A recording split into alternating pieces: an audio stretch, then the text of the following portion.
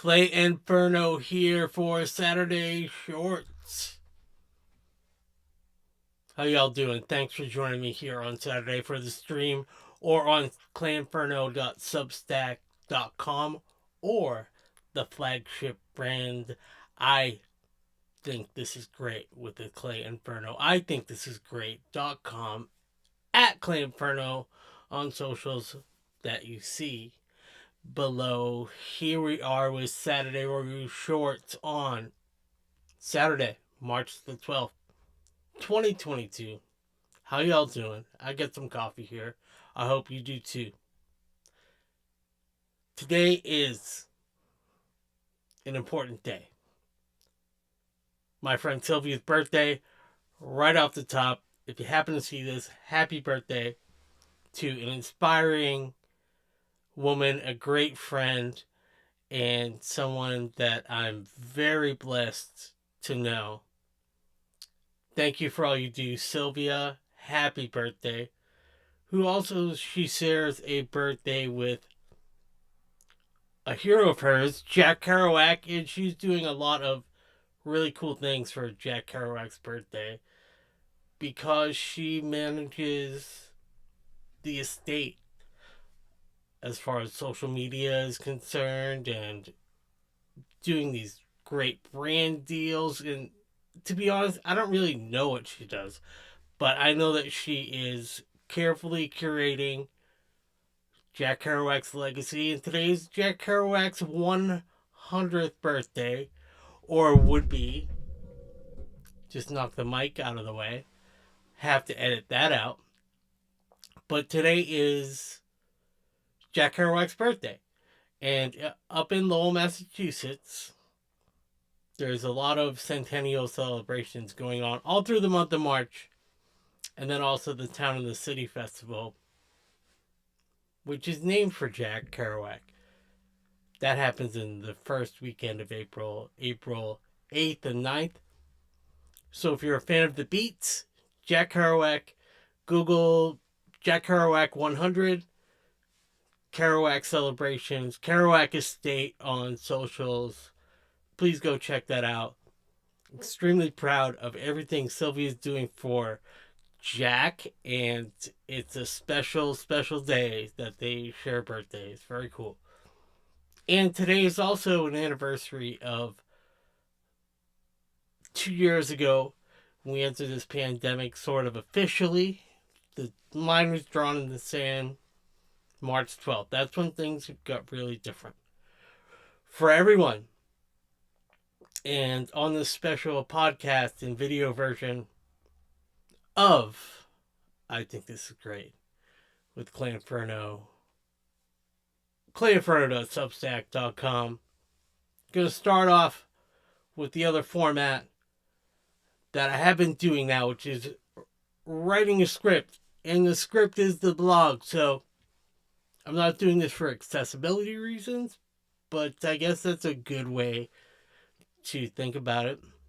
You would need to go to see the media to Claynferno.substack.com to How's Your Panty, which is dated today, March 12th. 2 years is a subtitle heading. And I'm going to read some thoughts. 2 years into the pandemic. March 12th, 2022. Let's go. Claynferno. Saturday Shorts. How's your panty? 2 years. How's your panty? I didn't say panty, you perverts. Panty. Panny. I stole this from my friend's Instagram account when they were just getting back into working on concerts again in 2021. I spent a lot of time thinking about time. And if you go to the linked post on here, I first got to Substack, and one of the first things I wrote was how I envision the week. I envision the week, the days of the week, not really as a calendar, but almost a calendar, a visual mind map in my mind of a circle. And the circle sort of starts at about 8 o'clock, and that's Monday. And then it kind of spins around, and that around 5 o'clock, that's sort of the weekend. That's where Saturday and Sunday starts. And I've got the main parts of the week taking up most of it in the circle. Anyways, I explain all of this on my Time as a Circle, but it's not flat, about how I go through routines, especially in the pandemic, and how I've always visualized the time of the day and the time of the week and how the calendar stretches out. And I quote True Detective, and it goes into a little bit of my own personal mind map. So please go check that out. I spend a lot of time thinking about death, especially since the death of my mother in 2016. Those that follow me know that I'm obsessed with this one record that came out in 2019, Tim Heidecker and Wise Blood's Fear of Death. And I've linked this on Bandcamp below so that you can all stream it for free. I've also linked to the photo gallery of when I was blessed to see Fear of Death live in California. I took a vacation in the pandemic by myself out to a music festival all the way to California to see one band play. And it was great. I loved it. Because I knew it would be a once-in-a-lifetime opportunity to see the band. They're probably not going to play this record anymore in this capacity. Front to back. It was great. They did Beatle covers. And I was just on vacation on my own, and after being cooped up for a while here, it was just a lot of time. So I was proud of myself for going on this vacation, and I've documented that media on the Substack. Now we're going to get a little serious. We near 1 million COVID deaths in the U.S. Now that is an unfathomable number. The number is about 966,000. And unfortunately, we will get there to that 1 million. Siri, how do I know if I have this? Thanatophobia. Not exactly sure I said that right, but I'll try it again. Thanatophobia. Thanatophobia is commonly referred to as the fear of death.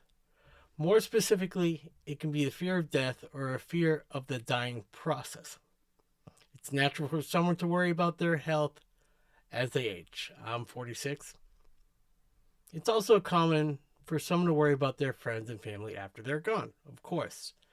However, in some people, these concerns can develop into more problematic worries and fears. The American Psychiatric Association doesn't officially recognize thanatophobia as a disorder. Instead, the anxiety someone may face because of this fear is often attributed to general anxiety. Great. Signs and symptoms of thanatophobia include anxiety, dread, distress. Treatment focuses on learning to refocus your fears, talking about your feelings or your concerns. You've got to face your fears. You got to face your fears. Here and I link to the famous Andrew Dice Clay, Bobby Cannavale, scene in the HBO show Vinyl. Face your fears. So you, dear listener, dear reader, I want to know, how are you coping on this 2-year pandemic anniversary? Are you missing someone? Are you finding more joy these days? Are you going out to shows? When I was riding Uber Eats on my bike in 2020 for extra money, I was riding along the river and I was paying attention, but I was a little distracted and I crashed into a pole. I was going half a mile an hour. I didn't really crash into the pole, but I was kind of got distracted. I was listening to an artist I'd heard of and had been following. His name is Oliver Tree. I saw Oliver Tree last night at the House of Blues in Boston. It was a sold out show. He said on stage that it was the quickest show to sell out of the entire tour, and that he went from playing small rooms in Boston to selling out the House of Blues in one day. So, way to go, Oliver. I get to wear my cowboy hat last night and my new jacket. He has a cowboy thing going on too. You can link to the socials. Check out some of the videos and reels on my Instagram. Most people last night at the sold out House of Blues show were not wearing masks. Moving on. Here is my short but succinct review of The Batman. I loved it. And it was too long. I haven't done a deep dive into all the Easter eggs and all the things one would expect from me, a huge Batman fan and a comic book podcaster, to talk about The Batman. I think I need to give it a little bit of space. I haven't seen it with Stacy yet. It gives me goosebumps. I loved it. I thought it was great. It was fun. Way too long. I don't have the patience to take it apart from a pop culture reviewer standpoint, except to say that it's too long of a movie. I don't know how you make it shorter. I just know that it's too long. So I was looking around for this Joe Strummer, The Clash quote about being on stage and checking your instruments and tuning. And it's something about, come on, man, these people, meaning the audience, they have things to do. And I couldn't find that quote. So if you know this quote that I'm referring to, please send it to me, because I've been trying to find it and it's not easy to find. I did, however, find this other interesting quote from a favorite hero of mine, Joe Strummer, who I feel like has a lot of similarities with Jack Kerouac. I don't have any other message than don't forget that you're alive. Joe Strummer. I'll read that again. I don't have any other message than don't forget that you are alive. And I hear a lot of musicians on stage say something like this, especially this late into the pandemic. People talk about loss. People talk about how they wish they had told someone they loved them. I was actually on a bus trip back from New York City once. And as they were pulling in to South Station, the bus driver gave this long speech about how if you have some grudge, bury the hatchet, move on with your life, tell people you love them, because you never know when they're gonna go. And Oliver Tree said something similar to that last night on stage, because he wrote a song for his friend that's no longer with us, and he said, don't forget to tell your friends and family that you love them. It's something I try to do as much as possible. I'm going to read the Joe Strummer quote again, just because I find it to be so powerful and useful. I don't have any other message than don't forget you are alive. Now, back to the original Joe Strummer quote I was thinking of the other day. It really came into my mind because I went to see an up and coming band the other day. I'm not going to talk about the band or the venue. I'm not going to tell you who it was or anything about it. It's not fair to them. I'm not here to trash the band. But I went to see this band, and it was simply not for me. There's a certain kind of music that just, I don't know if it's a certain kind, it's probably many different kinds, that I sort of see where people might like it, but it is definitely not for me. When I was a kid, Strawberry Shortcake was not for me, but G.I. Joe was for me. So I love G.I. Joe. I don't know how to explain it other than that. It's just simply not for me. I don't know. I need my bands to rock and roll, and I need my country music to make me sad. I need my hip hop and pop music to make me move. And what I'm trying to put my finger on is that bands that are middle of the road, they don't really appeal to me. So I feel like there was a band that a lot of people were really into, and that's fine. I'm so happy for them. But just not for me, because it's a little middle of the road and probably not as pop as I expected. Anyways, the ironic thing about this is that I do have access to getting on the guest list for some things, but I bought tickets for the show, so maybe that's why I feel this thorn stuck in my side that I did not really enjoy myself because I bought tickets to the show.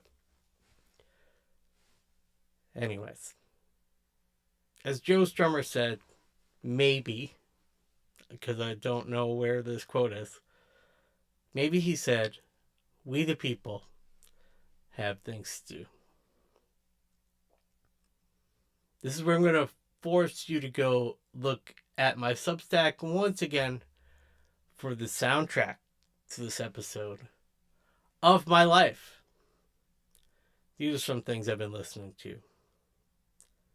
I'll list the songs in case you want to just tell your device to play them. Charlie Crockett, Welcome to Hard Times. Cowpoke, Culture Wall. Another Charlie Crockett song, Muddy Water. And then I've linked to the video for Oliver Tree, Cowboys Don't Cry. Great song he played. Off his latest record. He's got a new record coming out. And then I've linked below, as promised, to Fear of Death by Tim Heidecker. This post is open to everyone to comment, but please leave a comment anytime you want, or reply to my tweet about this episode.